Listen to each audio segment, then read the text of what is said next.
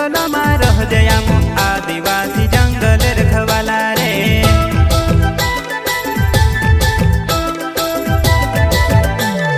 चल जंगल जमीन काजे पूजे रे आदिवासी दुनिया ने रखवाला रे। बाप देव खतरी काजे पूजे रे आदिवासी सबसे निराला रे।